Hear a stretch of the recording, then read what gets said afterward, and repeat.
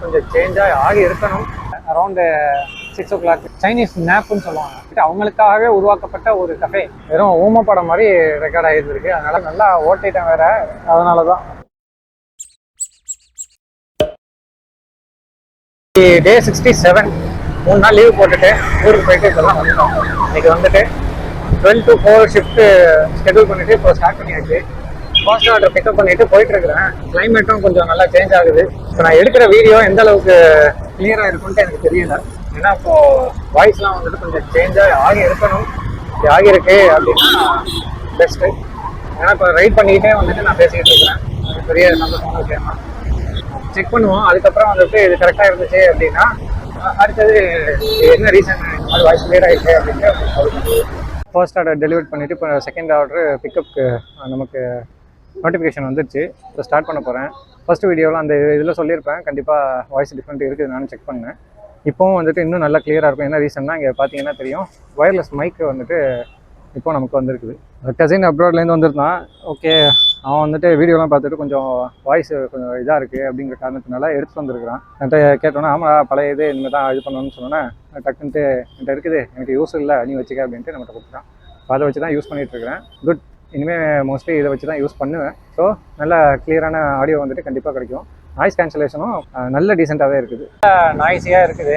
எந்த அளவுக்கு கிளியராக இருக்குன்னுட்டு வீடியோவில் செக் பண்ணி பார்க்குறதுக்கு தான் அதை வச்சுருக்கேன்.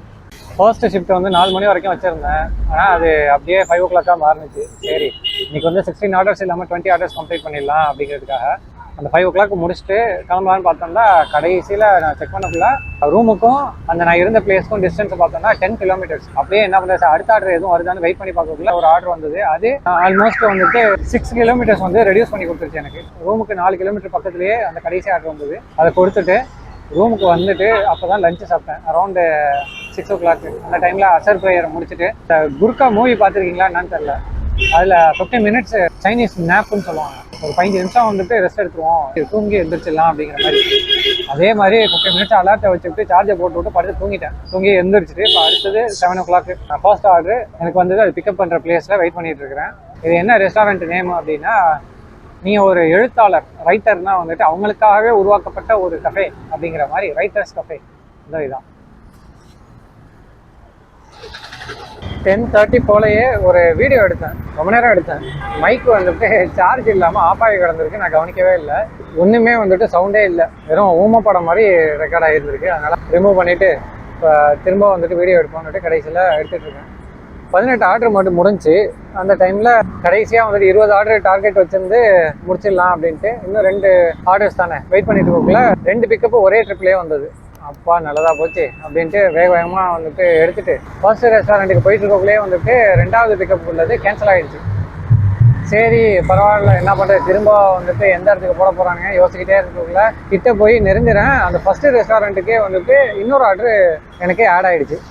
ஓகே நல்லதாக போச்சு அப்படின்னு உள்ளே என்ட்ரு ஆகிட்டு அந்த 2 ஆர்டரையும் பிக்கப் பண்ணிவிட்டு போய் அதையும் டெலிவரி பண்ணிவிட்டு இப்போது 20 ஆர்டர்ஸ் கம்ப்ளீட் பண்ணிவிட்டு இப்போ டைமு 11:30 ஆகுது. ரைடு பண்ணி ஏர்ன் பண்ணதுன்னு பார்த்தோன்னா 1025.